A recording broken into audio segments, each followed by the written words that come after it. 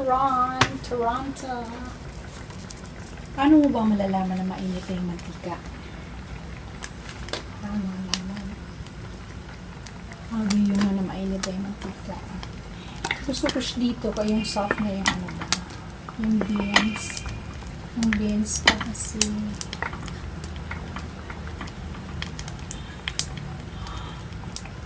Mga lalabo. Yan. Dahil yung red bell pepper, super mahal. So, hinati-hati ko lang siya. So, yung 1/4 niya, nilagay ko dito. So, nilagay ko na yung iba. So, niluto kong menu the other day. Ngayon, lagay na natin siya. Huwag masyadong mainit. Tama lang. Kasi nasunog yung ating pina-fry. So, dapat tama lang yung init niya. Yan, diba? Para hindi siya susunog.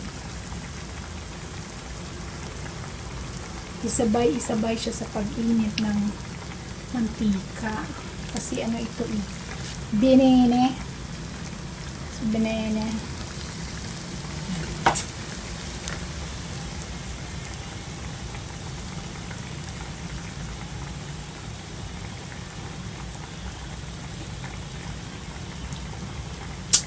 Mga ilang minuto siya bago mag-red yung isang side.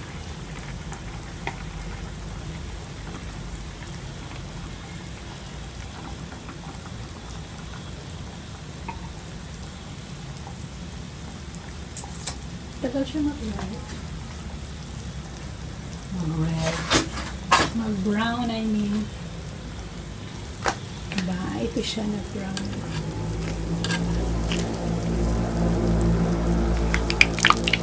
Ito siya na-brown. Yan siya na-brown. Ay, go.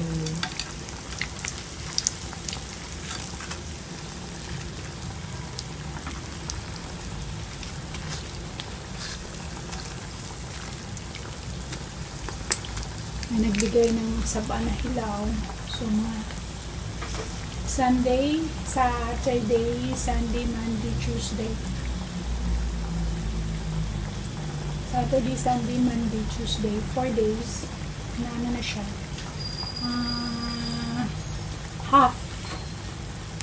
Right.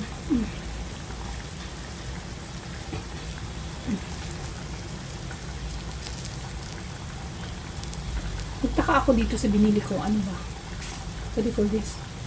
Lumpiang wrapper. Ang tagal ko na ito binili. Pero hindi pa siya nasira.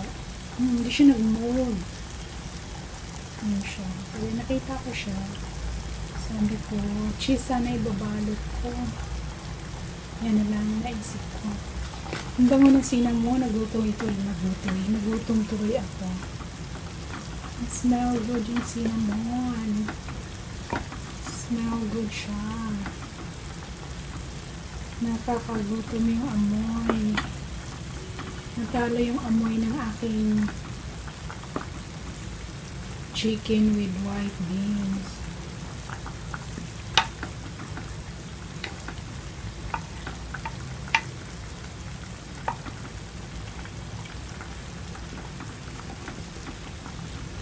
Minutes din siya.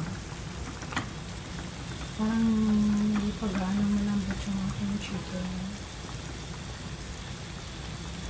Fry yung chicken ko eh.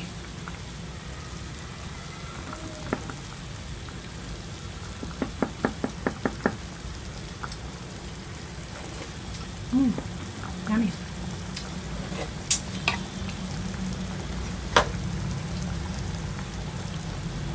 Sarap na magpapak ng beans.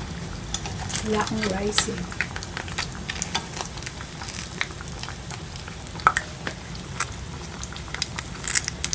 Tumaas yung bigas. Everything was up. Yung binibili kong hasmina dati ay tag 50 pesos per kilo. It's 53 na siya. Yung Japanese rice na 55, nagiging 57 na siya. So, di ba mga lalag? Dahil sa bagyo, sira ang mga pananim ng mga farmers. Lalo na sa north.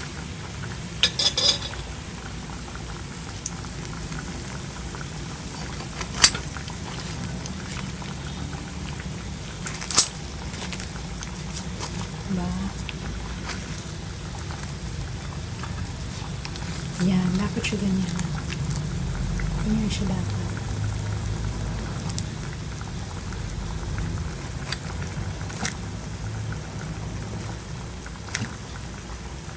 So, malala, mga 5 minutes na lang ating white beans with fried chicken. Yan. So, yung ating fried chicken, yan siya malala.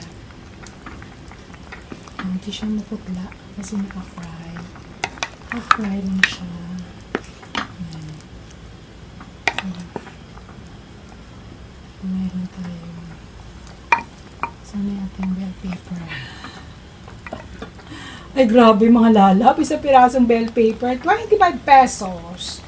Ang isang pirasong onion din, 20 pesos. Saan kanya mga lalab? So, the kamatis also is 160 per kilo. No, mga lalab. Kuha tayo ng turon, mga lalab. Ito ay cinnamon. Sugar with cinnamon. So, gonna put here. Dami no. Padami. Yan ang ating dessert. So, ang dami ng pasukan. Okay, balot na natin.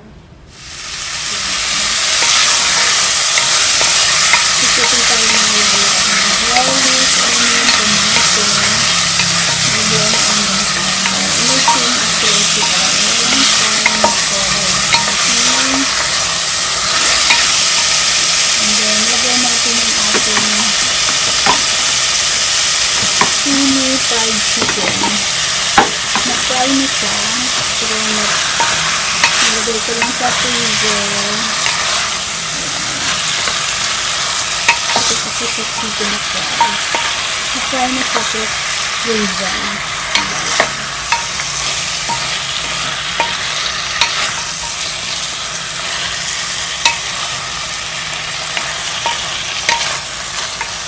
Malis lang first. Then, lagyan natin yung ating white beans.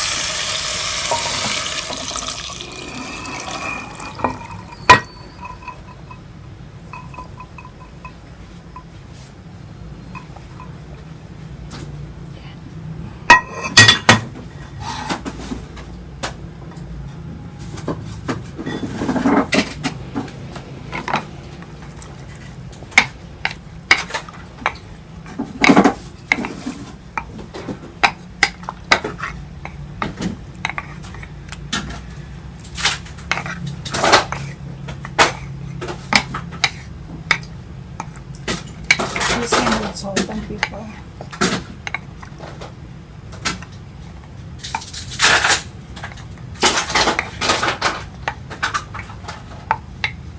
If you have celery, you can put celery leeks.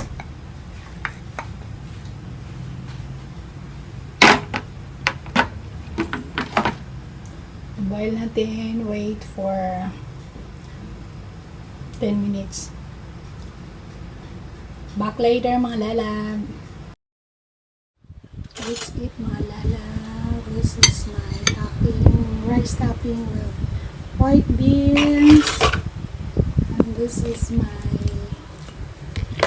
yummy turon.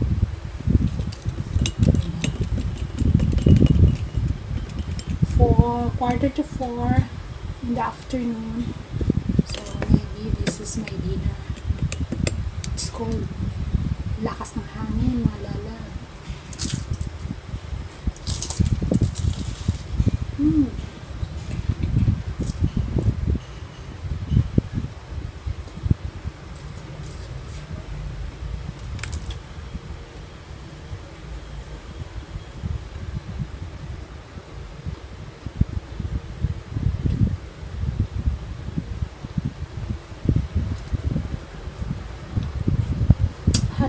crunchy and creamy.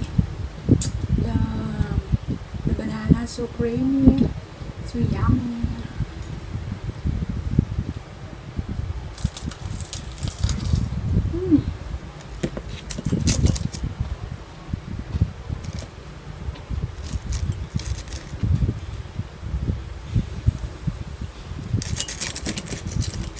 Nakatayo sa mga lalaw because of the oil. So the oil goes down.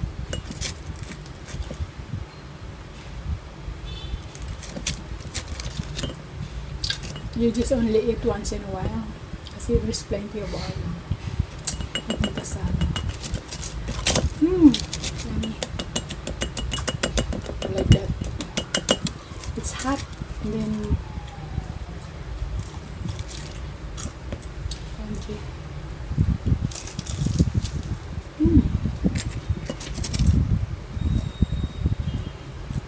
I don't know.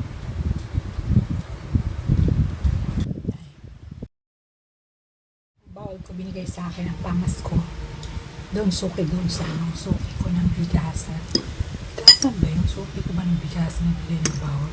I forget bigasan mo or ano.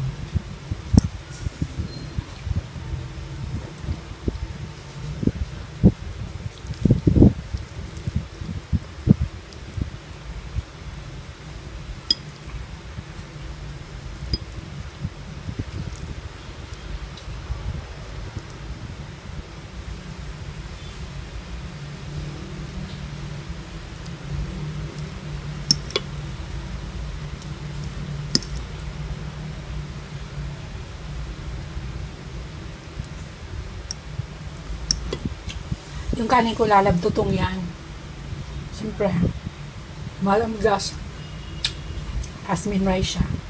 So, binuhusan ko siya ng sabaw ng white beans. Ganyan kulay niya. So, hindi ako gumamit ng tomato sauce. Mamura pa yung aswete. Gumawa akong aswete oil para ginagamit ko pang saute ng mga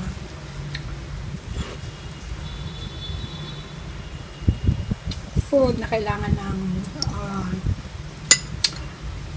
sweetie oil. Hindi naman lahat na food kailangan ng sweetie oil. Like, you need a sweetie oil when you saute spices for aros alacubana, aros valenciana, yung mga yan, mga kari-kari. Kailangan ng apritada, kalirita. Yan ang mga food na kailangan ng sweetie oil.